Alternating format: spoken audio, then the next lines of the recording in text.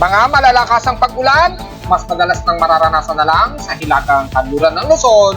Pero nalalabi ng Northwestern Luzon, patuloy pa rin makakaranas ng mga ilang kaladrat, mostly moderate and some heavy rain showers, at mostly dyan sa kanlurang bahagi ng Luzon. At 95W, naging isa ng Invest Low Pressure Area. Inaasahang kikilos to pa west-northwestward patungo sa direksyon ng Guam. Ano magiging implikasyon nito sa mga susunod na araw? Ating tatalakayin. Hainan sa Southern China, nakahanda na sa hagupit ni Yagi o ni Super Typhoon Yagi.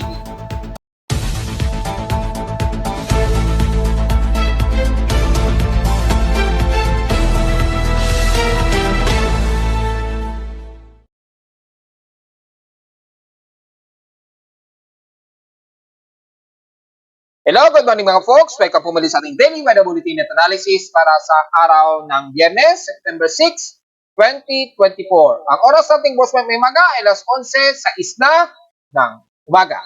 Kasulukuyang may heavy rainfall warning ngayon dyan sa may bandang NCR, dyan sa may bandang Zambales at Bataan na naka-orange warning daw. At inasahan daw ang mga pagbaha pa rin. So, ingat pa rin po. Naka-yellow warning din ang bahagi ng Tarlac at Pampanga.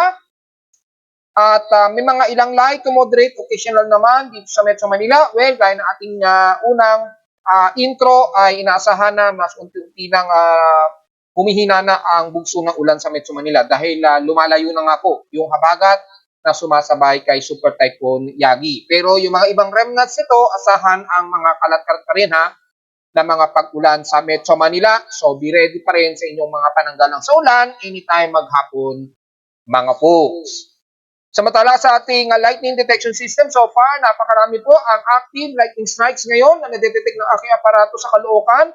As of 11:10 a.m., nasa 115 lightning strikes po ang naitala sa Caloocan. At makikita sa Doppler radar na ating ginagamit, makikita po na hindi na gaano malakasan ang daloy ng habagat sa bandang Metro Manila at ng parte ng Batangas at bandang Laguna at Quezon Province. So makikita po yung edge na kung saan ay mas malalakas ang mga ulan dito sa bahagi ng kaluran ng Northern Luzon.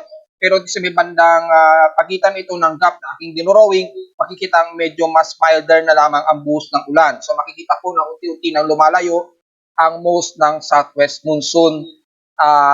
Despite na makakaranas pa rin tayo sa Metro Manila at ng bahagi dyan sa may bandang katimugan ng Metro Manila ng mga ilang kalat-kalat pa rin na pag-ulan. So kung titingnan natin ng mas detalye, makikita po ang bahagi ng Zambales, San Fernando, Angeles, Pampanga, Olongapo, Bataan, yan, hanggang dyan sa may bandang Tarlac pa rin ng Central Luzon, makakaranas pa rin kayo ng moderate and heavy rain showers itong maghapon dahil concentrated pa rin yung matitinding daloy ng habagat dyan sa inyong lugar. Hindi gaya dito sa amin sa babandang Quezon City na o sa halos buong NCR area na hindi na masyado affected ng malakasang pag-ulan. So kung pagbabasahin natin ang mas malapitan, mga ilan lamang ng mga ilang lighter rains, showers, at least mga naglalaro sa at least 0.5 to 2.5 mm na lamang ang expectancy na malakas na buhos ng ulan sa buong Metro Manila. So sa ating current conditions, overcast gloomy, lighter rains tayo. Asahan po mas madalas, lighter and some moderate na lamang ang madalas na mararamdaman sa Metro Manila At overcast pa rin ang umiiral dito sa amin sa Caloocan. At so far ay unang bugso pa lamang ng buhos ng ulan sa amin sa Caloocan at 1.2 mm. So ngayon pa lamang nagsisimula ang mga ilang kalat-kalat na pag-ulan. Sa lowest temperature na itala na weather station kaninang eksakto alas 12 na madaling araw. Kung ng hating gabi, nakapagtala kami ng lowest of 24.7 degrees Celsius. Kahapon, well, nasa pinakamataas natin, 26.7 degrees Celsius. Since maghapon ang mga kalat-kalat pa rin pag-ulan, so napaka-comfortable ng temperatura namin dito sa Caloocan. Itala ito kahapon ng madaling araw ng 3:04 a.m. At sa ating index, wala tayong magiging komento, 26.7 degrees Celsius lamang. Na init pandama, wala ito sa border ng dangerous heat index. Pero sa peak systems in past 24 hours, pagdating naman sa maaraw at mataas ang air temperature, Ang Catbalogan pa rin ang pinakamataas na nasa 35.8 degrees Celsius. Kung mapapansin ninyo, sa may bandang silangan po ng bansa, ang mas maaraw at mas mataas ang temperatura. So mapapansin ninyo yan, most of yan sa may bandang Eastern Bicol region at Eastern Visayas. Sa lowest temperature naman sa Baguio, 18 degrees Celsius ang pinakamababa pa rin o stationary sa kanila. Pagdating naman sa Inulanin, past 24 hours, nanguna ang Subic sa may pinakamataas na ilunan at 207 mm ang total rainfall. Sa amin sa Caloocan, halos kapareho lamang kahapon at noong isang araw na halos magkadikit. Ang inulan kami na nasa 89.7 mm ang total rainfall. At noong isang araw, halos mga bandang 83 mm ang total rainfall. So halos walang pinaglayo o halos magkapareho lamang ang lupit ng buhos ng ulan kahapon at noong isang araw. So sa loob ng isang linggo, nasa 273.6 mm na kaagad ang total rainfall namin sa Caloocan. Grabe magwa 1 week pa lang, more than 270 mm na kaagad. Mukhang lumalabas, pinakamaraming ulan na kaagad to sa loob ng isang linggo in the past 6 months o ngayong taon. Mukhang maitutong pinakamabilis ito na accumulated rainfall sa loob lamang ng isang linggo.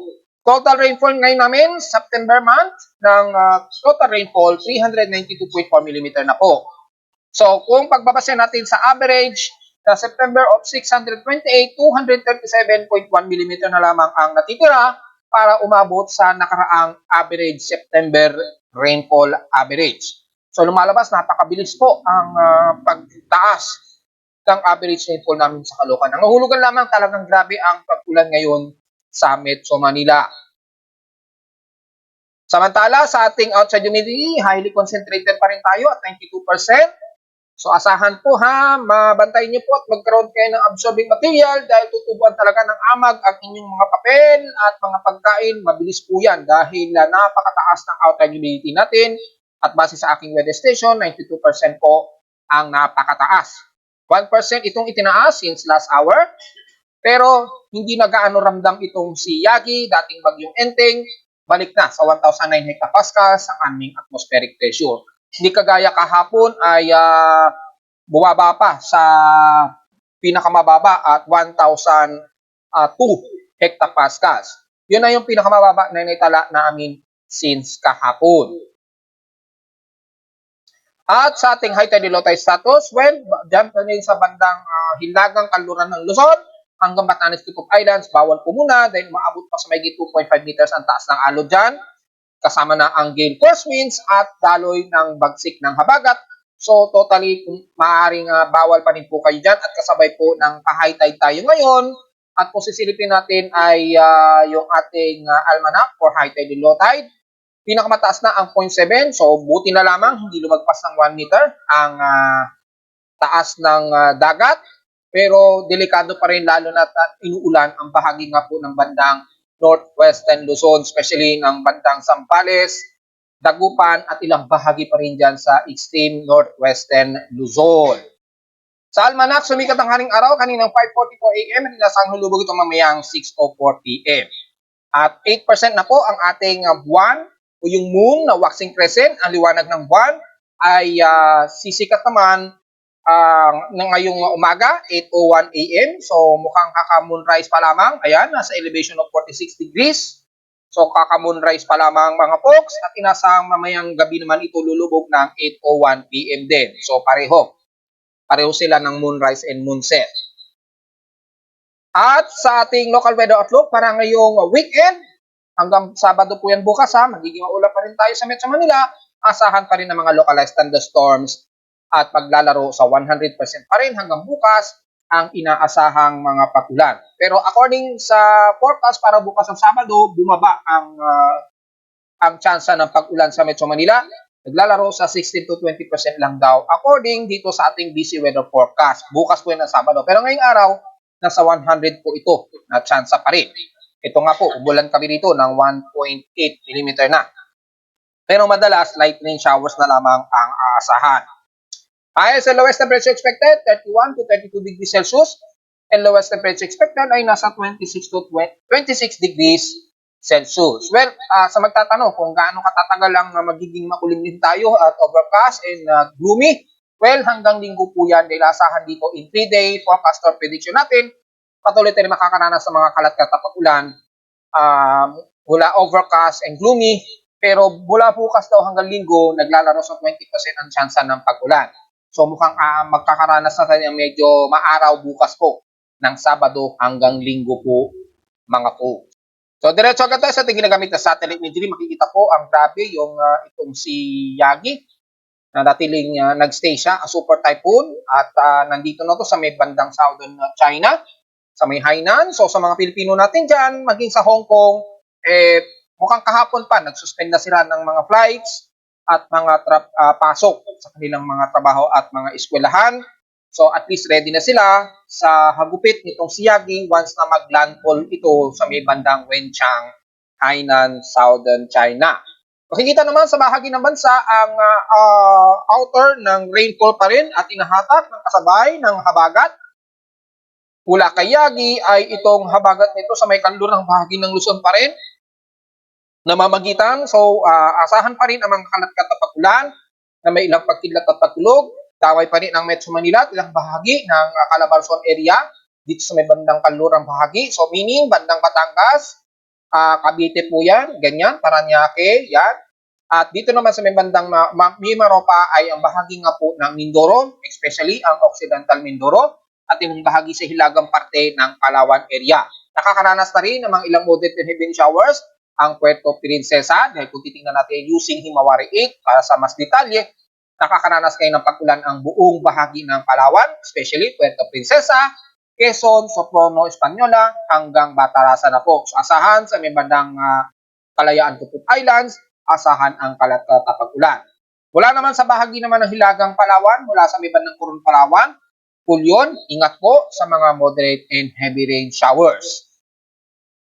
Sa extreme northern Luzon naman, mula sa bahagi ng Ilocos Norte sa Pagudpod, kasama na ang ilang bahagi ng Cordillera at Rizal Region. Ito, bibilugan ko po Yung portion na yan ay kasalukuyang nakakaranas ng mas katamtaman. Medyo gloomy pa rin, pero hindi ganun katindi ang mga buhos ng ulan. Typically, mga ilang light to moderate po ang asahan ng bahagi ng Aparis, Santa Ana, Cagayan, hanggang Tugigaraw at ilang bahagi sa may bandang Ilagan Silangan ng Lolo Luzon, mula bandang Kabagan, Ilagan, hanggang dito na po sa may bandang Dinapigi.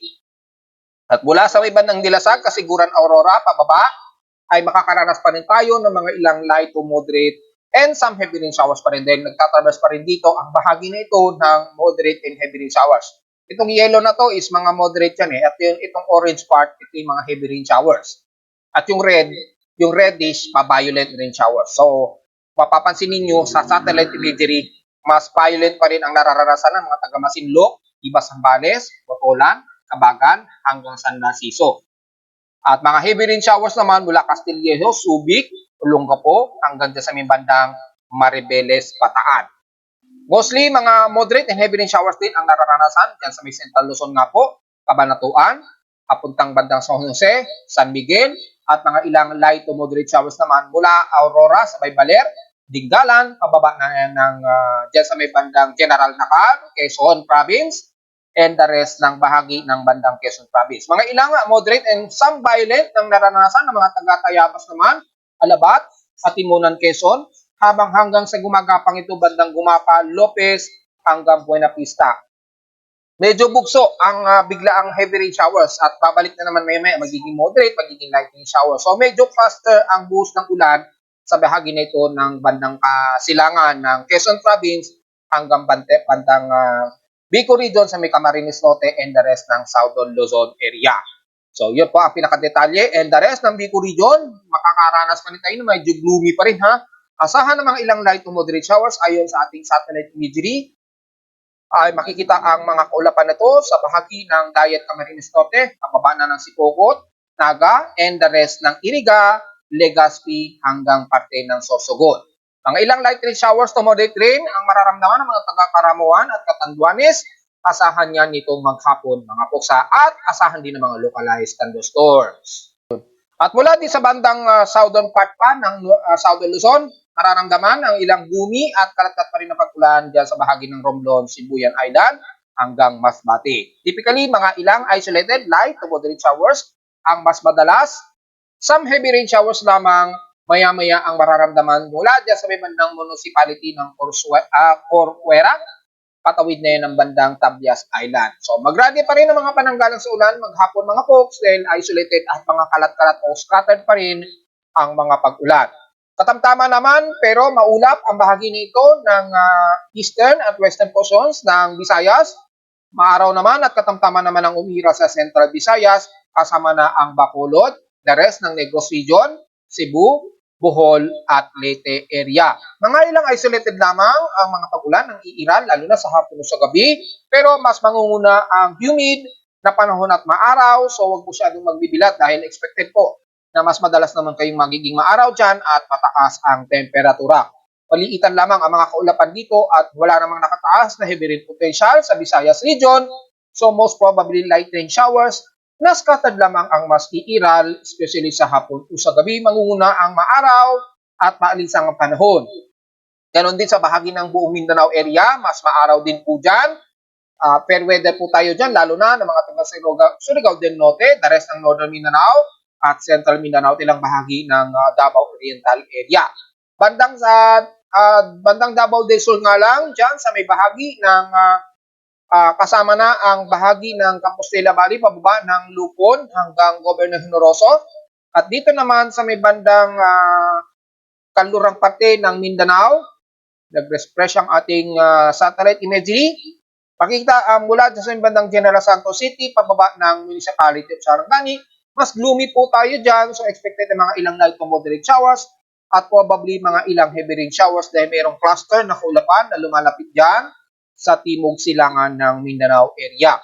So mga isolated, kalat-kalat po at scattered po, pero generally ang buong Mindanao, mas fair weather po, maaraw at maalinsangan ang magiging panahon ninyo maghapon. Generally po yan mga folks ha.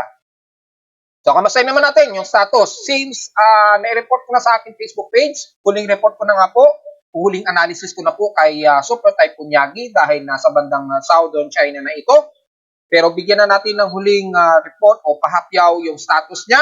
As of 11:15 AM, nasa center air pressure na itong si Yagi at 921.46 hectopascals. Pasok na siya sa Super Typhoon pa rin at Category 4, Super Typhoon o International Super Typhoon po.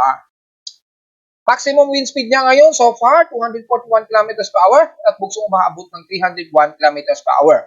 Pero base sa ating 10-minute average sa Pilipinas, nasa 178 km per hour ito, typhoon category lamang, at bugsong umabot ng 221 km per hour. So, mula sa atin sa Pilipinas at malamang kay Japan Meteorological Agency, may tuturing lamang itong typhoon category. Kumikilos ito pa west-northwestward pa rin sa bilis na 14 km an hour. So, medyo mabagal pa rin talaga ang kanyang pagkilos. Ayun po siya sa may satellite imagery. So, halos ilang mga mahigit sa 100 km na lamang ang layo nito mula sa baybayin ng Wenchang, Hainan, Southern China. So, sa mga Pinoy natin dyan, be ready po dahil grabe po ang hampas sa inyo dyan, hindi kagaya sa amin sa Pilipinas na hindi pa siya umabot ng typhoon category nang ito ay mag-exit sa amin sa Kalupan, sa Northern Luzon. Samantala, yung iba na low pressure area na ating binamatayan na natili pa rin siyang hindi significant development, itong si 94W. So mahaba-haba pa ang progress niya dahil malakas pa rin yung monsoon trap sa kanya. So ang nangyayari yung galaw niya ay medyo na-i-interrupt. So may tendency po na galaw niya may medyo northeastward, then biglang magre-recover ito pag ganyan. And then ayon sa forecast, halos papalandra ito sa border ng ating PAR at maaari pa itong pumasok ng ating PAR. Dahil yung environmental steering, nagsasalubong kasi dito yung vertical wind shear ng environmental steering environment sa kanya. So, nasasalpok itong si 94W. So, medyo maglalaro siya sa paligid nito ng ating border ng PAR. Kaya, nanatili pa rin napaka-insignificant pa rin ang kanyang development. Nasa 1,006 hectopascals yung kanyang central air pressure. So, tingnan natin kung bumaba pa yan ng 1,005 o below 1,005 hectopascals. Doon pa lang natin masasabi na nagkakaroon ng organized development. Wala natin comment dito kay 13W dahil nasa silangan ito ng northeastern Japan. So, diretso agad tayo sa ating binabantayan na bagong low pressure area. C95W. Na-post ko na po ito kahapon. At mula sa pagiging convergence ito, agad-agad tinaas agad ng ating tropical cyclone sector bilang isang low pressure area niya. Kung mapapansin niyo naman sa convergence, mataas talaga yung pinaka-convergence niya na 44 kilometers per hour nga po. So, malaki talaga ang naging obserbasyon na ito ay itaas din talaga kaagad. So far, kung magbasin natin siya sa layo mula sa pinaka-Guam, nasa layong 2,402 kilometers, timog silangan pa ito ng Guam. So kung pagbabasin naman natin mula sa border ng ating PAR, napakalayo niya. Nasa layo itong 3,407. So napakalayo po. 3,407 kilometer po ang layo nito mula sa pinaka-border ng ating PAR o Philippine Area of Responsibility. At ayon nga sa mga pinost ko kahapon, ay ikilos ito pa west-northwestward. Tutumbukin ito ang Guam, ganyan. At dito mula sa Guam, maraming maging posibilidad na magiging kilos niya. Posible po itong biglang hihilaga babandang Southern Japan or dito sa bandang Okinawa Islands. West-northwestward siya pa Okinawa Islands. Kung maaaring pumasok man ito ng PAR, maaaring dito yan sa may halos dulo, pero papasok ito ng PAR, patumbok pa rin ng bandang Okinawa Islands pa rin. Or kung may high pressure area, magdedepende. Hopefully, walang high pressure area dito na magpapadaos-dos sa kanya. Kung sakaling may high pressure area, maaaring dumaos-dos ito pa Taiwan ang direction niya. So marami pa't napakalawak pa nung kanyang probability kung ito'y makarating na sa pinaka-area ng Guam. Kaya hindi pa natin pwedeng magbigay tayo ng exact conclusionary or halos close man lang sa pinaka-forecast track niya kung saan ito tutumbok din. Napakalayo pa talaga. At sinabi na natin sa report kahapon, hanggang September 10, hanggang September 11 po natin ito uobserbahan dahil ay napakalayo pa ng ibibiyahe nitong C95W papunta rito sa direksyon ng Guam. So tingnan po natin kung magkakaroon ng significant development ito dahil nasa dagat ito, asahan ang posibilidad niyang na malaki ang organized at intensification niya dahil medyo mainit po ang temperatura nito na nasa 28 degrees Celsius po o 30. Huwag lamang pumitik ng 30 degrees Celsius dahil naasahan natin na mabilis po ang rapid intensification niya habang kumikilos pakanluran. So habang hindi pa nagkakaroon ng intensification na mabilis dahil nasa around 27 degrees Celsius pa lang yung sea surface temperature sa may bandang Marshall Islands, so medyo slow muna ang progress niya. At hindi pa masyado nakikitaan natin ng pinaka-convective circulation, yung upper low level convection niya. Pero yung LLC niya ay medyo bahagya ang organization niya. Kung titingnan natin dito sa pinaka-floater ng satellite imagery ay mapapansin niyo yung medyo slow ng low level convection niya. Ayan, pero yung upper low level hindi pa gaano ka-organized. Pero habang kumikilos ito pakanluran, west-northwestward ang mapapansin yung galaw niya, di ba? O west-northwestward. So malinaw lamang na pa west-northwestward ang kilos ito patungo sa bandang Guam. Obserbahan pa rin natin dito dahil medyo hilaw pa rin yung kanyang development Hindi pa natin siya makukonfirm pa. Hindi gaya ni 13W ay patuloy pa rin yung magandang sirkulasyon niya. Although napakanipis na ng kanyang sirkulasyon at reaching na siya sa extratropical storm o extratropical zone. Sumasalubong na siya sa malamig na temperatura. Anytime malulusaw na lamang yan mga folks. Si 94W naman, despite na active pa rin sa tropical cyclone sector natin, manatiling napaka-mabagal pa rin yung kanyang low level convection at napaka-disorganized pa rin yung upward low level.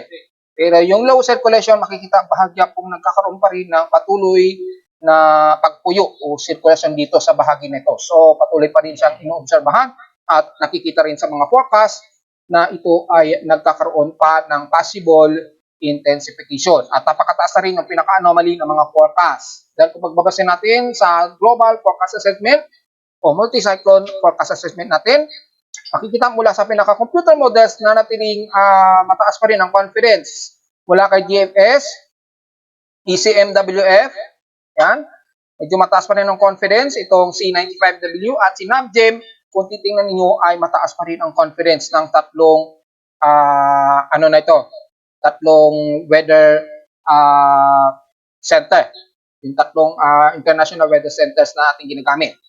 Ganon din, no, mataas din ang confidence mula kay ECMWF, ayan. Pero dito, napaka-shallow pa lamang niya.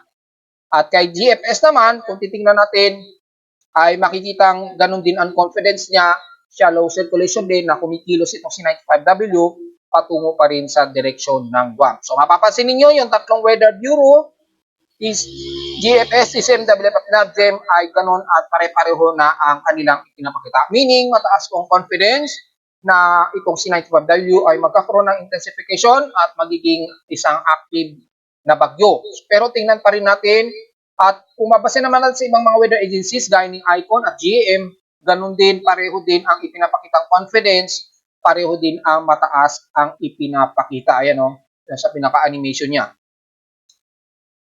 O, so ganun din yung kanyang confidence, mataas din. Similar sa naunang tatlo na weather agencies. Ganon din kay GM, pareho din na mataas ang confidence. So meaning, lahat sila pare-pareho mataas ang confidence na magkakaroon talaga ng more development itong si 95W na mag-isang ganap na bagyo nga po.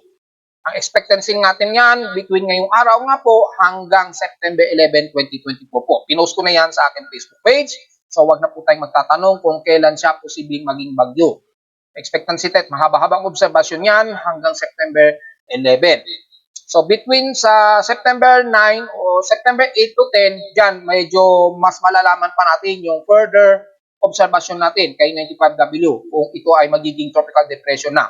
Pero inaasahan na natin yan between the 3 days mula mga Sunday hanggang Tuesday probably ay itataas na yan ni Japan Meteorological Agency bilang aktibong bagyo. So yun ang nakikita kong probability na mauunang itaas yan ni Japan Meteorological Agency kasi napaka highly confidence talaga siya eh. Pare-pareho na ang lumalabas sa mga computer models. Mula din sa global spectral model, mula naman kay Japan Meteorological Agency, kung titingnan natin dito, napakataas din ng confidence na magiging isang aktibong bagyo ito, C95W, yan o, sa ating global spectral model. Sa mean sea level pressure, ganun din, kitang-kita naman po, pero dito naglalaro sa 1,008 to 1,007 hectopascals. Tingnan natin kung mas bababa. So dito, hanggang 1,006 hectopascals pagdating niya sa bandang Guam po. So dito, hindi pinapakita na naging tropical depression pa siya. So mababa pa yung confidence ni Japan Meteorological Agency, pero yung confidence na ito'y kikilos pag Guam ay napakataas at lahat sila pare-pareho po ng kanilang pinapakitang computer models. Meaning, kung ako tatanungin ninyo, at least 85% ang kanyang probability of tropical cyclone development sa loob ng 55 to 60 hour period. So hanggang this coming next week na po, hanggang next week, starting Wednesday. So mataas po ang confidence niya, magiging isang ganap na bagyo talaga ito. Pero yung tatama sa bansa sa ngayon, napakaliit pa. Pero yung pagpasok ng PAR, mayroon pa rin maliit na posibilidad dahil na paliwanag natin kanina, ay marami pa siyang magaganap once na tumungtong nito ng Guam. Dahil maaari itong kumabig pa west-northwestward pa Taiwan or mag-north-northwest ito papunta sa bahaging ito ng Okinawa Island o mag-northwest ito ng Okinawa. Dito, posible talaga siyang pumasok ng ating PAR. Pero saglitan lang itong sa loob ng PAR at lalabas din kaagad ng ating Philippine Area of Responsibility. Kaya nga pinost ko sa Facebook page, magiging si Hener ba ito o si Perdi? So malalaman natin yan. Sa ngayon, hindi pa natin mabibigyan ng conclusion sa ngayon. Yung kanyang convergence niya at makikita natin napakahinog na ng kanyang convergence at 22 kilometers per hour. Very shallow. 35 kilometers per hour. Yung kanyang divergence, kontrahangin, makikita natin hinog na rin po mga folks. Napaka-shallow nga lang ng kanyang organized development. So wala pang, hindi pa masyado pino yung kanyang sirkulasyon. Yung vorticity, kung papansinin natin, ay halos moderate to high na rin ang kanyang vorticity. So nagkakaroon na siya ng low level convection. Hindi man lang masyado makita pa sa satellite imagery, pero medyo may LLC na siya. Yung wrapping ng kaulapan niya sa ibaba, medyo nagkakaroon na ng significant development. Kung sa ating West Pacific Basin na pagbabasihan, nasa anomaly nito at least around 40%. Pero in the next 24 hours daw, medyo magre-retain ito sa 40% lamang. At sa ating tropical cyclone forecast prediction anomaly, in the next 24 hours, magre-retain pa ito sa 20%. So medyo mababa pa yung expectancy ng development according dito sa ating West Pacific Basin monitoring. So titingnan natin, haba-haba pa talaga ang forecast na ating babantayin kay 95W. So kamusta naman natin yung ating hydrological center? Well, so far patuloy pa rin ang pagre-release ng sobrang tubig ni Ipo Dam. And so far ay 2 gates pa rin ang nakabukas dito kay Ipo Dam. So halos 3 days nang nakabukas yung gates niya at patuloy na nagre-release, pero ngayong araw ay nasa 0.15 meters na lamang ang isang gate na nakabukas o nire-release na tubig at isang 0.30 meters naman ang isang gate na nire-release. So sa low flood areas ng paligid ni Ipo Dam, asahan po ang mga pagbaha po dyan mga folks sa expected dyan mga folks. So retain sa maximum ang water level ni Ipo Dam at patuloy pa rin binabawasan ang sobra nitong tubig dahil halos 101 meters pa rin ang pinaka-maximum water level ni Ipo Dam. Samantala, si Angat Dam, very recovered na po siya at 9.21 meters ang sobra niya. So halos tama lamang at improve itong si Angat Dam. So wala tayong masyadong komento. Kila Mesa Dam naman, so far ay wala namang pag-apaw sa kanya. Pero halos mag-80 meters po. So halos apaw itong si Lamesa Dam pa rin. So tingnan natin kung magbabawas pa rin ang hydrological center ng sobrang level kay Lamesa Dam dahil halos critical pa rin na aabot sa mahigit 80 meters yung sobrang water, normal high water level nitong si Lamesa Dam.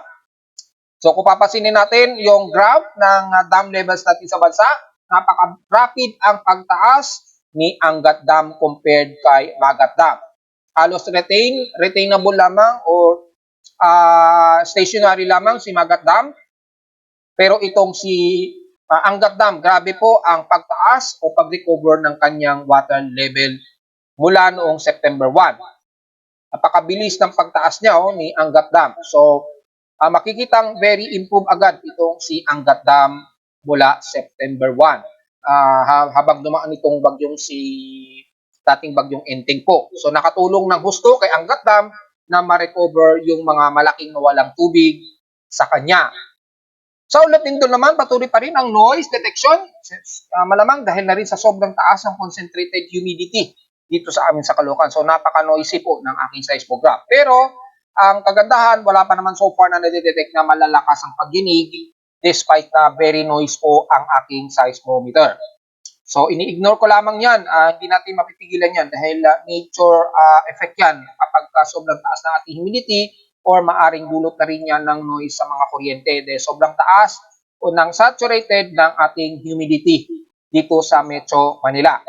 Anyway, mula naman sa data feed ni PBox mula kaninang 12 AM, merong naitalang isang magnitude 4.0 dito sa may bandang southeast ng Uyugan, Batanes. Naganap ito kaninang 5:28 AM ng madaling araw.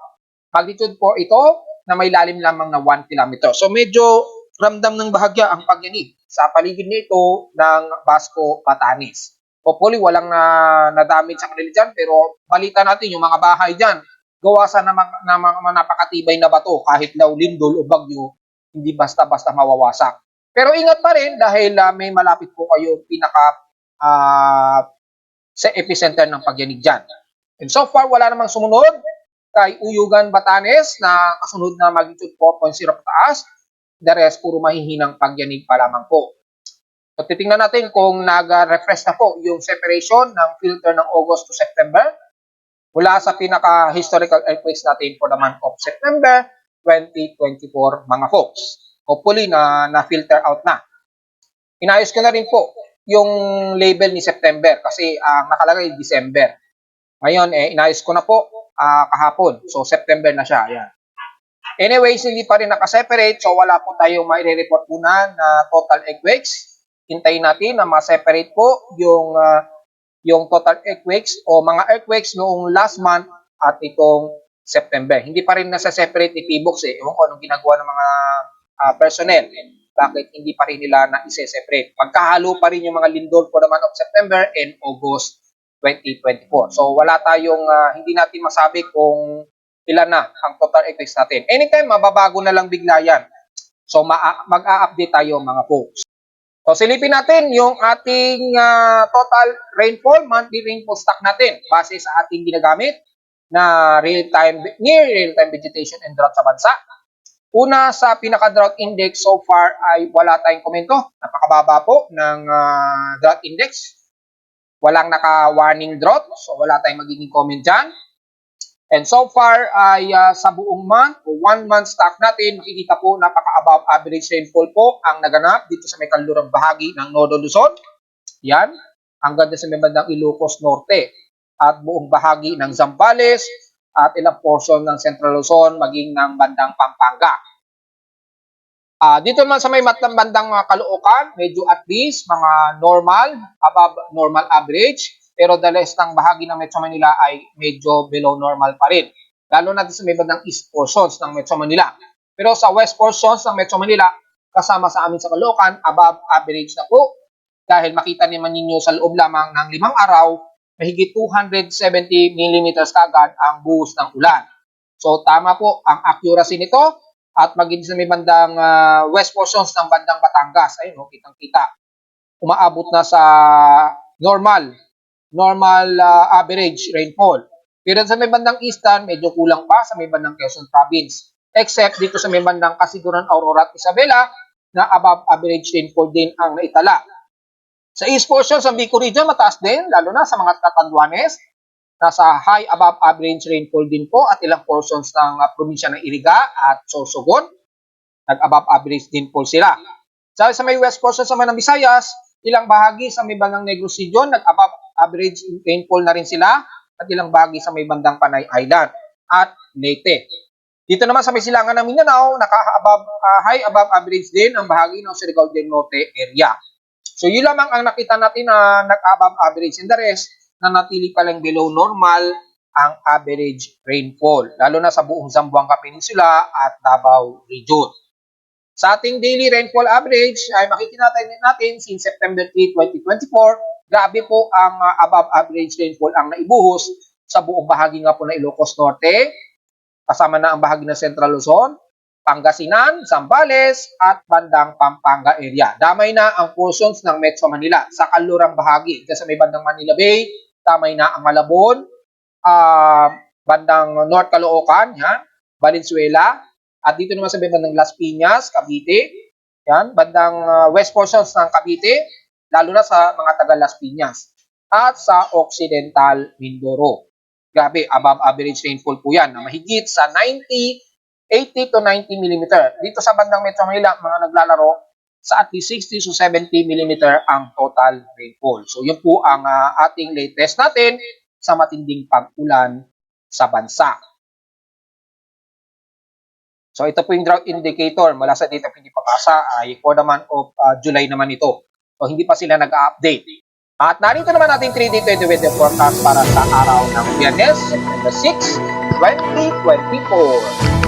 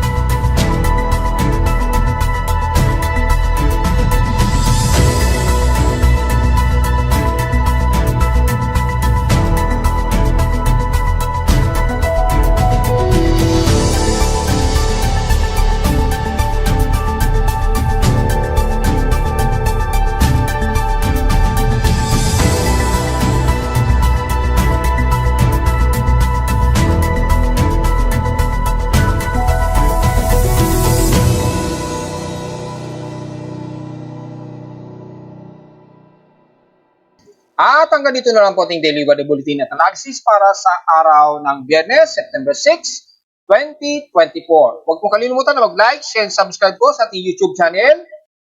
At visit lamang sa ating website at www.primoweather.com para sa iba pang detalye gusto niyo malaman. Hindi na tayo isama ngayong tanghali sa ating mga report. Typically, mga pag-ulan lang naman talaga ang madalas nating mararanasan sa Metro Manila. At visit lamang sa ating website para gusto malaman ang iba pang detalye, lalo na sa real-time events mula sa aking weather station.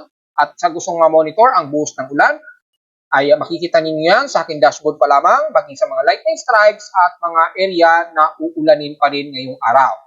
At sabi sa mga data feeds din mula sa iba't ibang weather agencies.